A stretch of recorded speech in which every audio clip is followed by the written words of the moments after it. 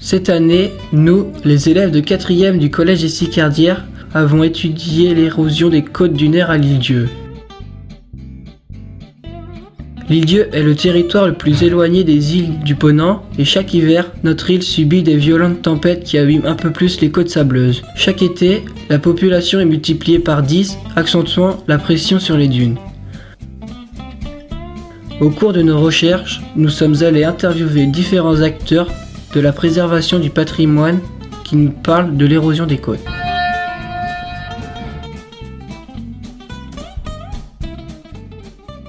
Alors, l'érosion du trait de côte, ça se traduit en fait par le recul de la terre en fait. C'est-à-dire que la mer gagne petit à petit sur la terre, notamment sur les espaces sableux. C'est-à-dire que les dunes, à la fois par l'action de la mer qui vient taper quand il y a des tempêtes, et par l'action de l'homme qui va faire des passages, qui va piétiner, en fait la dune elle régresse et donc du coup elle laisse sa place à la mer.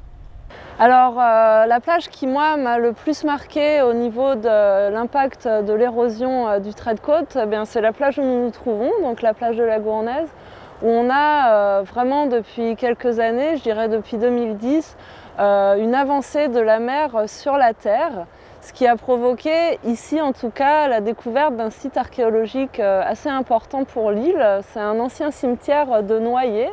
Parce qu'autrefois, il y avait beaucoup de naufrages sur la côte du Nord, du côté de la Pointe du But, là-bas, et tous les bateaux qui étaient naufragés, rejetaient leur équipage, leurs membres, sur la côte. Parfois, certains partaient en mer et d'autres étaient enterrés là. Alors, comme on ne savait pas s'ils étaient religieux ou pas, s'ils étaient catholiques ou pas, ceux qui étaient catholiques, on les emportait au port. Ceux qui n'avaient pas de traces de religion quelconque, on les enterrait sur place. Et c'est petit à petit la mer qui les découvre actuellement en rongeant le rivage et faisant apparaître quelquefois des têtes et des bras. Et aujourd'hui, comme la mer remonte de plus en plus sur cette côte, ces corps sont découverts quasiment tous les hivers lorsqu'on a des grandes marées conjuguées à des forts coups de vent. Là, petit à petit, la mer vient vraiment ronger la dune et moi j'interviens de manière assez urgente pour pouvoir dégager ces squelettes et pour pouvoir les étudier. Alors aujourd'hui, on est à 16 squelettes environ, pas uniquement à la Gournaise, mais sur toutes les plages qui se trouvent juste à côté. Et en fait, je fais partie d'un groupement de chercheurs qui travaillons sur cette problématique-là de l'érosion du trait de côte en lien avec l'archéologie. Ce groupement, il s'appelle le programme Alerte Archéologie et en fait, ça réunit une grande partie des archéologues de la côte, du littoral entre la Vendée, la Bretagne et la Normandie. Et ensemble, donc, on travaille sur la découverte de sites archéologiques du fait de l'érosion du trait de côte. Et la grosse problématique, c'est que ces sites qui apparaissent risquent de disparaître très très rapidement du fait donc des marées hautes. Et donc il faut qu'on puisse, nous, chacun, dans nos communes respectives, intervenir très très vite pour pouvoir essayer de sauvegarder un maximum d'informations en lien avec ces sites. Et donc grâce à eux, on a des financements qui nous permettent de faire comme on peut, mais en tout cas très très rapidement, pour pouvoir sauvegarder ces sites et pouvoir les étudier comme il se doit. Si l'érosion des côtes permet des découvertes archéologiques comme les ossements à la pointe de la Gournaise, ce phénomène est préoccupant d'autant plus qu'il s'accélère.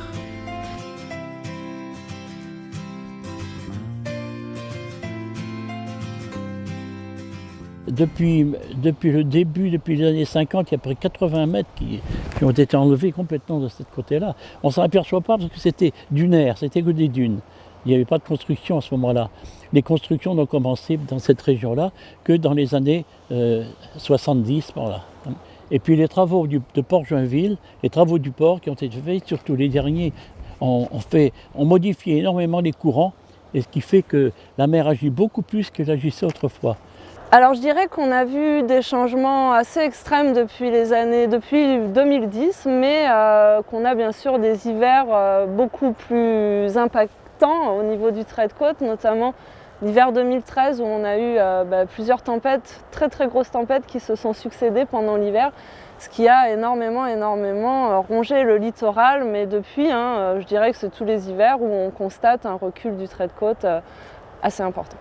Alors malheureusement on en constate sur beaucoup de plages, donc notamment ici à À la pointe de la Gilberge, on peut voir que là, les cabanes qui étaient avant bien protégées par la dune sont maintenant en première ligne. On voit le même phénomène à la pointe de la Gournaise, où aussi on a une cabane qui se retrouve très très exposée. Et là récemment, vers le puits Marie-Françoise, on a eu un gros recul de dunes et toutes nos ganivelles notamment sont tombées sur la plage. Par exemple, en 1999, il y a eu cette fameuse tempête énorme qui a fait 3000 arbres sur l'île. Eh bien, cette tempête a provoqué aussi des vagues énormes qui ont provoqué des dégâts supplémentaires. Alors, maintenant, c'est pas tellement progressif, mais c'est surtout par à coup. Lorsqu'il y a de grandes manifestations de mer, eh bien, les grosses tempêtes ont beaucoup plus de violence sur la côte qu'autrefois, où c'était progressif, on ne s'en apercevait pas. En plus, avec le réchauffement climatique, les tempêtes sont plus fréquentes et le niveau de l'eau est plus élevé. Donc ça, on ne peut pas y faire grand-chose. Il y a des groupes de chercheurs qui travaillent là-dessus, au niveau national. Nous, ce qu'on peut faire à notre niveau, sur le terrain, à l'île-Dieu, c'est effectivement respecter les passages qui sont prévus. Donc c'est là où on va avoir soit du fil casse-pattes, soit des ganivelles, pour guider les gens du parking jusqu'à la plage. Et il faut vraiment respecter ces passages-là et pas d'autres, parce que sinon on crée des points de faiblesse dans les dunes et la tempête suivante crée encore plus de dégâts.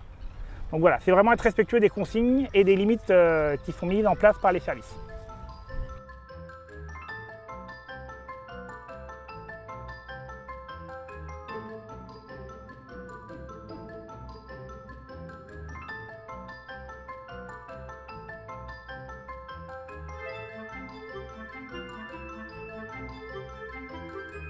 Ce n'est que dans les années 1970 qu'il y a eu une prise de conscience de l'érosion des côtes et du réchauffement climatique. Les tempêtes sont de plus en plus fortes, les dunes s'érodent de plus en plus vite. Dans le monde entier, cela a des impacts importants. En Chine, le recul a atteint 300 mètres par an. Même si ce n'est pas le cas à l'île-Dieu, ce phénomène reste très important et inquiétant pour notre île.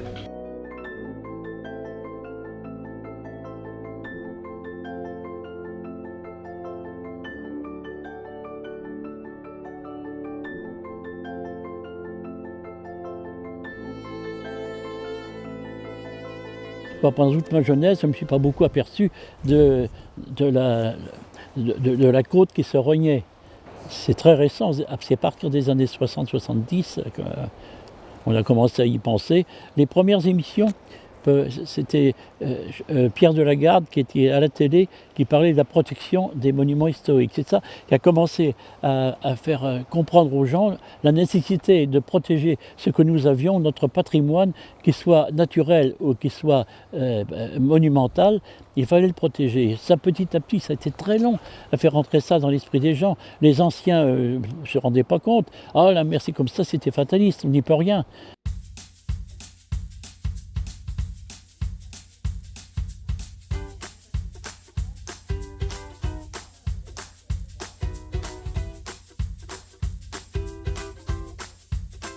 Nous sommes allés à la maison de retraite des Chênes Verts où nous avons posé des questions aux personnes âgées par rapport à l'érosion des dunes sur l'île-Dieu. Nous avons passé un agréable moment et nous avons appris beaucoup de choses. Kerchalon, on allait à la plage de Kerchalon, c'était facile, vous aviez qu'à descendre. C'était une grande plage. Ouais. Il y avait des petites cabanes, il y avait une belle grande plage. Ouais. Elles nous ont parlé de leurs souvenirs de jeunesse sur les plages où elles allaient quand elles étaient jeunes. Mais ça fait des années qu'elles n'y sont pas retournées et n'étaient donc pas au courant de l'érosion actuelle. Ah mais quand on a... C'est cette idée du patrimoine qui est née il y a une vingtaine ou une trentaine d'années, pas plus. Mais avant, les gens n'avaient pas la conscience de la protection du patrimoine. Ils allaient là, ils étaient là, on creusait même s'il fallait, tant pis, hein, on s'amusait et puis on détruisait, on cueillait des plantes un peu partout, alors qu'il ne faut surtout pas le faire, ça. Alors tout ça, cette progression a été faite depuis l'arrivée du tourisme. Alors c'est conjugué en même temps, il y a eu un manque de connaissance des gens, et dans les écoles non plus, on n'apprenait pas du tout la protection du patrimoine. Et ça c'est très bénéfique depuis qu'à l'échelon national, on s'en est occupé. Et là on s'est aperçu en effet que les propriétés étaient saccagées de plus en plus. Et on n'avait pas de moyens, les moyens qu'on employait autrefois étaient suffisants, maintenant ils ne le sont plus parce que la mer aussi a pris beaucoup plus de force, elle monte régulièrement et puis les tempêtes sont plus fortes qu'avant. Alors ça ne menace pas l'île directement, hein, l'île ne va pas disparaître du jour au lendemain. Par contre, on peut avoir des infrastructures qui sont directement menacées, notamment à Marais-Salé. Vous voyez que la route, elle passe très près de la limite de la dune. Pareil quand vous êtes sur la route des Anglais. Donc là, et puis on a la canalisation d'eau qui passe. Donc en fait, on peut avoir des infrastructures humaines qui sont vraiment menacées par le recul de la dune. Donc c'est pour ça qu'il est important d'essayer, à certains endroits, plus qu'à d'autres effectivement, de fixer la dune pour éviter son recul. Donc c'est là où on va me faire de l'enrochement. Parce que là, on se dit, bah, tant pis s'il y a un effet pervers à l'enrochement, on n'a plus le choix. Il faut vraiment protéger la route, l'arrivée d'eau. À d'autres endroits, effectivement, par exemple à la Gournaise, on dit qu'il y a une cabane qui est menacée, certes, mais la route, elle est loin, il n'y a pas de canalisation qui passe, c'est moins urgent. Alors, les moyens utilisés pour lutter contre la force des marées et les tempêtes, vous allez la voir là, c'est les enrochements qui vont avoir l'avantage de créer un point dur qui va protéger ce qui est immédiatement derrière, donc là, en l'occurrence, les cabanes. Par contre, l'effet pervers, c'est que ça crée, à côté des points durs, des vortex qui vont creuser encore plus la dune. Donc c'est pour ça que ce moyen est assez limité. Après, on va utiliser les ganivelles qui peuvent permettre de canaliser la population pour éviter de créer de nouveaux passages et d'affaiblir les dunes, et qui peut, dans une certaine mesure, piéger un petit peu de sable par effet Venturi. C'est-à-dire que en fait, le sable passe à l'intérieur des poteaux des ganivelles et se retrouve piégé derrière. Ce qu'il faudrait, c'est pas, on ne peut pas faire un mur de l'Atlantique, hein, c'est pas possible. Alors donc, il faut faire avec de faibles moyens des protections efficaces. Alors à certains endroits, les enrochements ont servi, mais les enrochements, on ne peut pas en faire des quantités d'enrochements constamment. Préserver la dune, on peut le faire de différentes manières. Donc il y a les moyens physiques, enrochement, ganivelle. Après, on sait qu'une dune qui va être paysagée, enfin enherbée, va mieux résister en fait.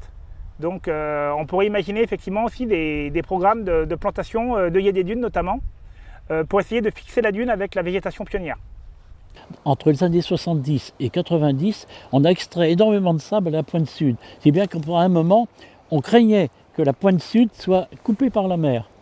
Tellement parce qu'il n'y a plus. Ce qu'on a oublié de faire, ce qu'on aurait dû faire, c'est de continuer à paysager toute la côte jusqu'à la pointe des Corbeaux, de mettre des arbres partout. C'est très efficace, ça prend le sol, ça protège énormément. Autre avantage de préserver les dunes, c'est que c'est aussi une zone intéressante pour la biodiversité, aussi bien en faune qu'en flore. C'est important de sauvegarder nos dunes. Des moyens sont mis en place par la municipalité pour ralentir l'érosion, comme les ganivelles, les enrochements, etc. Laisser la végétation sur les dunes permet aussi de ralentir l'érosion. On a donc tous un rôle à jouer pour limiter l'érosion des dunes. Ne marchons pas ou ne roulons pas dessus et cela ralentira le phénomène. Nos dunes seront alors mieux préservées.